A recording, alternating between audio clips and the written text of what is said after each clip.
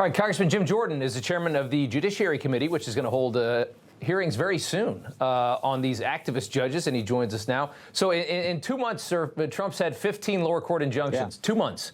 Obama had 12 over the course of 8 years. That tells the story, doesn't it? It sure does. These judges, I mean, the left's being the left. They actually think that unelected judges, unelected bureaucrats should have more say in policy and actions than the guy who put his name on a ballot and got elected as president of the United States as commander-in-chief. So, and then when you look at this Judge Boasberg's decision, it was one of the dumbest I've ever seen, because he in essence said, turn the plane around, bring back the bad guys. Bring them back to the, I mean, gang members, hardened criminals here illegally who did terrible things. Turn the plane around and bring them back. Dumbest thing I've ever heard. So we're going to be talking about that, as well as these injunctions that you mentioned that have happened so often around the country.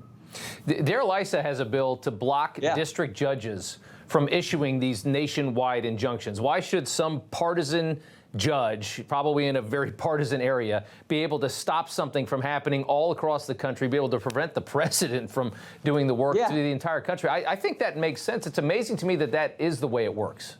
Yeah, no kidding. I always say, why should some judge in Timbuktu, California, be able to decide policy for the entire country? There you go. So that bill, good bill, we've already passed it out of committee. We had a hearing on that. We talked about that. We passed it, taken a vote, and it looks like our leadership is going to put that on the floor for a full Congress, for a vote in front of the full Congress next week. But it's a good bill. It says the decision should apply only to the parties in the case in that respective jurisdiction, shouldn't have nationwide implications. And if there are a couple of state attorney generals bringing in action, well, then it goes to an expedited appeal process again. Legislators will be trying to put some common sense back into this and let the president get his policies done that he was elected to do.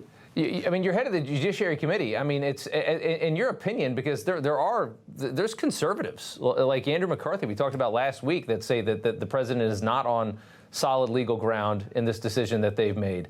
How do you see it? I mean, what's your I respectfully disagree. I think he's on strong constitutional ground. Article 2, Section 1, first sentence, executive power shall be vested in a president of the United States of America. So this is the president. He was elected. This is his power, particularly when you talk about national defense. Second, the Alien Enemies Act talks about a predatory incursion as a reason the president can take this type of action. Well, what else do you call this gang? Trinidad Agua gang coming in here doing the terrible things they're doing. They're not coming in here because they're Boy Scouts wanting to do nice things. They're here for bad things, and they've done those things, and they're here illegally. So I think he's on strong statutory ground. And then finally, it's what we talked about before.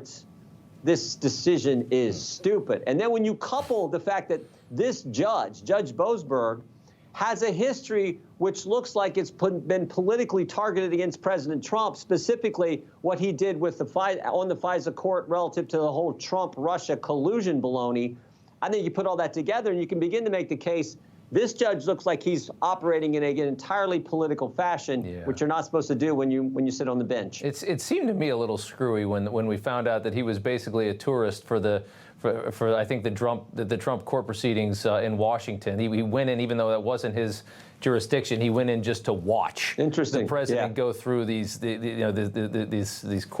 process, and it was almost like he was a fangirl for the prosecutions of an ex-president, which I he thought also was gave telling.